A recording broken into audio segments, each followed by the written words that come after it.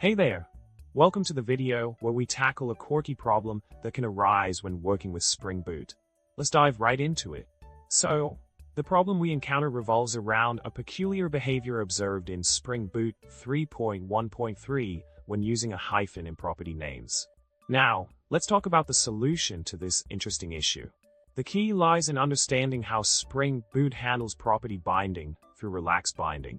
In your case, the properties application.jokeURL and application.jokeURL are considered the same due to relaxed binding rules.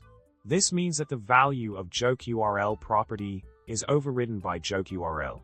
Digging deeper into the solution, by modifying your application.yml, you can ensure that both properties are distinct.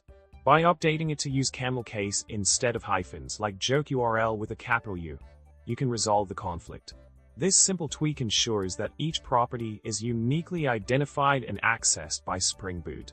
Moving on to the updated demo application test class, you can now reference the properties correctly without any confusion. By using the updated property names in your @value annotations, you can access the desired values and avoid any unexpected overrides. When running the test again, you will notice that the output now reflects the correct values associated with each property, with URL2 being printed for jokeURL and URL1 for joke-URL. Everything falls into place as expected. In summary, understanding the concept of relaxed binding and making simple adjustments in your property naming conventions can help you avoid such unexpected behaviors in Spring Boot.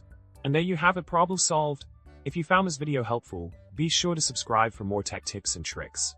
Don't forget to hit the like button and leave a comment below with your thoughts. Until next time, happy coding!